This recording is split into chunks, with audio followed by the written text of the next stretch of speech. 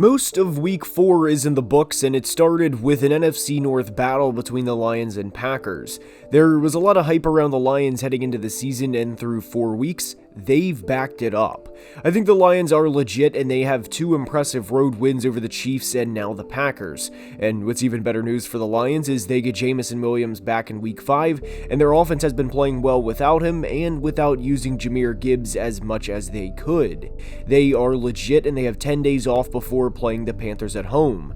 I'd be shocked if they're not 4-1 through 5 games. Also, we will go into this more in a later video, but Aiden Hutchinson is a problem. For Green Bay, yes, this loss was painful to go through, and it was painful to be down 27-3 at half, but I don't think the Packers are entirely hopeless. I didn't understand some decisions in this game, like activating Aaron Jones only to give him 6 total touches and to risk another injury, or to let Joe Barry continue to be Joe Barry. This defense is extremely talented, but for the Lions to have nearly 38 minutes of time of possession and to run for over 200 yards in your stadium is unacceptable. And on to Sunday's game. The first one we will discuss is the London game between the Falcons and Jags. Jacksonville is up first, and I didn't think there were many takeaways for this team in this game, but what I will say is the defense is good, and I think it's a matter of time until the offense starts clicking, and when they do, I think this will be the Jags team everyone thought they could be. This was a good team win in Jacksonville's second home, but there is still a lot of room for improvement. Trevor nor Travis are playing anywhere close to their best level of football, and Trevor wasn't last year this time either, so hopefully that improves as the season goes on. For Atlanta, there is so much frustration with this offense, and putting up 7 points, despite the juice they have offensively, is ridiculous. I didn't think he was the answer heading into the year, and I still don't think Desmond Ridder is the answer. The play calling is also extremely frustrating, as spending top 10 picks on Drake London and Kyle Pitts to seldomly get them the ball is bad business. Back to the USA, and we're headed to Cleveland, and the first takeaway is the Ravens are here. Heading into the year, it was a lot of talk about the Bengals, and rightfully so, by the way, but Baltimore's defense is legit, and this was their ideal game. Run the ball, play good defense, win the turnover battle, kick ass and take names later, and walk away with a victory. Yes, it obviously helped playing a backup quarterback, and without Nick Chubb as well for that matter, but Lamar was efficient and the Ravens played their brand of football. And on the weekly recaps, I try not to have any scorching hot takes, and an example would be to say something like Kevin Stefanski should be fired, which obviously I am not saying that, but this is what happens when a 5th round rookie plays one of the best defenses in the league. Cleveland has a bye next week, and this is a perfect time to get as healthy as you can for what's going to be a brutal schedule after the Week 5 bye. Down to the Big Easy, and with all of the games going on at 1 o'clock, this one wasn't discussed all that much. But this was a tremendous win on the road for Tampa, and they enter their bye week with a 3-1 record, with their only loss to the defending undefeated conference champion Eagles. Not bad for a team who was supposed to be competing for the number 1 overall pick. They won the turnover battle, and when you give a Todd Bowles defense a lead, it's certainly not ideal because Todd is a very good defensive-minded coach. And for the Saints, this was an abysmal game all around. You were outgained by over 150 yards in your own stadium, you lost the turnover battle 3-1, you had less than 200 yards of offense, and the offensive coordinator Pete Carmichael is bad. There's no sugarcoating that, and Saints fans know this. Their season high in points is 20 through 4 games, despite having weapons that aren't bad by any means, and Derek Carr was also brought in to fix this, and through 4 games, it hasn't been close to being fixed. Up to Charlotte to discuss the Vikings and Panthers, and for Minnesota, this is the definition of a win is a win. This was an ugly win, in a game where Kirk Cousins did not play well, at least relative to the first 3 weeks we saw from Kirk, but as crazy as this sounds, good things happen when Justin Jefferson gets the football, and I really think they should get him the ball more. I know that's an insane thought, but also a big credit to Alexander Mattison for stepping up the past 2 weeks. For Carolina, you're not going to win many games when the only touchdown of the day is scored by the defense, period. And not blocking a 34-year-old safety in Harrison Smith is also a problem, as Harrison had one of the best games in his career in this game, as he had 3 sacks and a forced fumble, which led to a defensive touchdown. I'm also disappointed that Andy Dalton threw the ball nearly 60 times in Week 3, and the training wheels are on Bryce despite being in a season that's not going to end in a Super Bowl title. Let Bryce, for better or worse in a year that doesn't matter, throw the football. Rams Colts time, and another ugly win for the victorious team, and LA was up 23-0 in this game and escaped with a 29-23 W. Any win is a win in the NFL, and a big credit to Kyren Williams, who ran for over 100 yards and 2 touchdowns against a stout Colts defense, and of course a big credit to Puka Nacua for going over 160 yards and a touchdown in this game. This is also an exciting time for Rams fans, knowing what's on the horizon, and that's Puka and Cooper Kupp on the field at the same time. For Indy, yes, this loss specifically stings, but there's still a lot to take away. This team 1 year ago doesn't do this. This team has a rookie head coach and rookie quarterback, and against all odds, nearly pulled off the comeback against Sean McVay. No, the Colts aren't going to seriously compete this year, but I truly believe this team has both their head coach and quarterback of the future, and that's my takeaway for Indy from this game.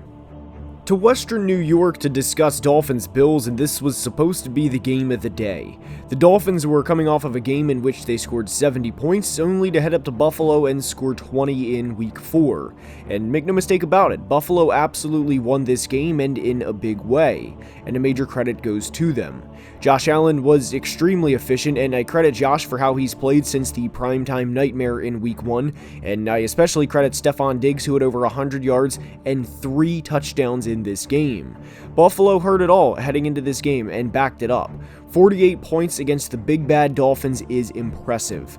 For Miami, yes, this loss stings, but it's not the end of the world. I would argue this loss was needed because I am a firm believer in it's good to be grounded and to be reminded how hard it is to win a single game at the NFL level, let alone 4 or 5 in a row. If there are any big takeaways from this game for Miami, I do think Devon Achane is going to be a problem for the rest of the league for the next few years. To the city of brotherly love to discuss Commanders-Eagles, and yes, Washington lost, but I loved this game from Sam Howell. The Commanders got killed in Week 3 by the Bills at home and needed a bounce-back type of game in Week 4, especially from Sam, and he answered the bell. I know Terry McLaurin's catch in overtime was ruled out of bounds, and I thought he was in bounds, but what I will say regarding this is I think they should have went for 2 in regulation. If you have the chance to put a division rival away in regulation in their stadium, you go for it, and I thought going for overtime was a losing move for them.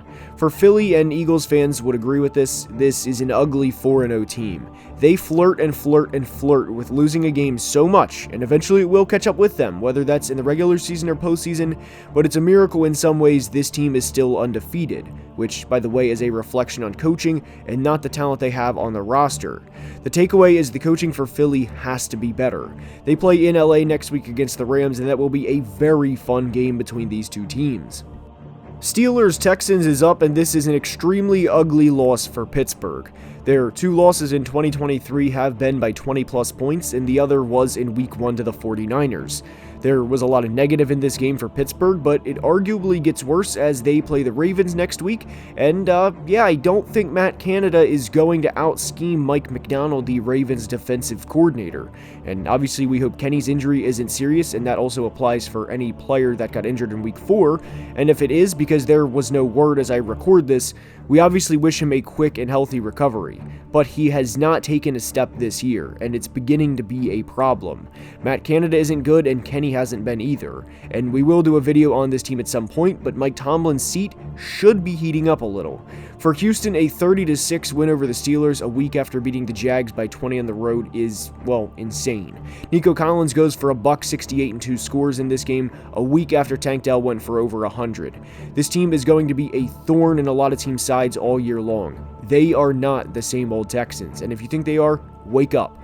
They too, like the Colts, have their quarterback and head coach of the future. To the Windy City to discuss Broncos-Bears, and I don't think there's any revelating takeaways from this game. We knew entering this game that both teams were bad, and it almost seemed like the Broncos were going to be historically bad if it wasn't for a 3-score comeback win, which we credit them for. The only thing I would double down on for the Broncos, which was something we said last week after the Dolphins game, was defensive coordinator Vance Joseph needs to be fired. Justin Fields started this game 23 of 24 for 285 yards and 4 touchdowns, and that's unacceptable for any defense. I understand the Broncos defense isn't great from a roster standpoint, but a good game from Justin Fields prior to this would be a 220-yard, 2-touchdown game with no turnovers, and he started out this game looking like an MVP caliber player. For Chicago, this is the game Eberflus needs to be fired. Fields throws a game-losing interception in what was by far the best game of his career because a defensive-minded coach, who is supposed to specialize on that side of the ball, can't hold a 21-point second-half lead. Their last win was in October of 2022, and it's almost been a full calendar year, and I am calling for Matt Eberflus to be fired. Cincy got beat with the score of 27-3 by the Titans, and we're in a tough situation for the Bengals, and that's an understatement. The Titans had 400 yards of offense to the Bengals' 211, and whether you guys realize this or not, Cincy has 49 points in 4 games, which is an average of just 12.25 per game through the first quarter. I think Zach Taylor is a big problem because playing Burrow when he is not 100%, which is evident in his play, is only detrimental to the team, and especially when you factor in, it's been less than a month since he signed a $275 million contract extension. I know there's a lot of belief that the Bengals will figure it out because of the success they've had over the past few years, but I am really worried about this team. They could figure it out, of course, but this is bad right now in Cincinnati. For Tennessee, during weekly recaps, when I say things like don't ever count out the Titans, this type of game is why. They got smoked last week in Cleveland only to win by 3 scores this week against Cincy. They played their brand of football, and this is the Titans team to never count out. Because this team that played in week 4, despite not being as talented as other rosters across the league, can hang with anybody. Out to the Bay Area to discuss 49ers Cardinals, and entering the year, this was the type of game I expected from the Cardinals, at least when they played the big dogs in the conference. There's a substantial talent gap between these teams, and it was evident, and this is very clearly a rebuilding year for Arizona. I do want to credit rookie receiver Michael Wilson, who was a player I liked a lot coming out of Stanford this past year, and the only concern I had for him was injuries. For San Francisco, this was as textbook of a game as they could have asked for. Brock Purdy was efficient, CMC was CMC, Brandon Ayuk went for over 140 yards, and they won by 3 scores. This game was exactly what you would think it was, a rebuilding team versus a Super Bowl contender, and it showed. Chargers-Raiders is up, and there's not a lot I have to say for the Raiders that Raiders fans already don't think. The biggest, of course, is to fire Josh McDaniels, as we all saw the way he handled the Pittsburgh game in Week 3 on Sunday night, and it wasn't much different in Week 4. They had a rookie in Aiden O'Connell in the red zone with over 2 minutes left and called a pass instead of handed Josh Jacobs, and it's extremely annoying for Raiders fans to deal with this every single week. I really think they should start AOC the rest of the year and see how that works out, but for the Raiders, their season is effectively over. For the Chargers, yeah, that Khalil Mack guy, he's pretty good. 6 sacks and 2 forced fumbles will generally win you a lot of games. While Justin Herbert didn't have his best game, he came through with the game on the line, and the bye week comes at a good time for the Chargers as they play Dallas off of their Week 5 bye. From the result to a few key players getting hurt and everything in between, this was a nightmare for New England. This was the worst loss Bill Belichick has ever suffered margin-wise. Mac Jones wasn't good in this game, and you don't accidentally lose on the road by 35 points. I've said this for a while, but this team is stuck in mediocrity, and I truly believe that. There is no good end in sight for this franchise. For Dallas, I believe they are Super Bowl contenders and that the Cardinals game was a wake-up call. Dallas has outscored their opponents in wins 108-13 in 3 games. Defense wins championships, and they've allowed 10 points or less in 3 of 4 games this year. They play San Francisco in Week 5, and they are not the same old Cowboys. I hope you enjoyed the Week 4 recap, and if you did, please like and subscribe, as only about 24% of people watching are subscribed, and it makes a big difference. Also, please check the pinned comment, as there's a prop if Geno Smith throws for a single yard on Monday night, it will cash. So definitely check that out, as it helps the channel and can help you too. Love you guys.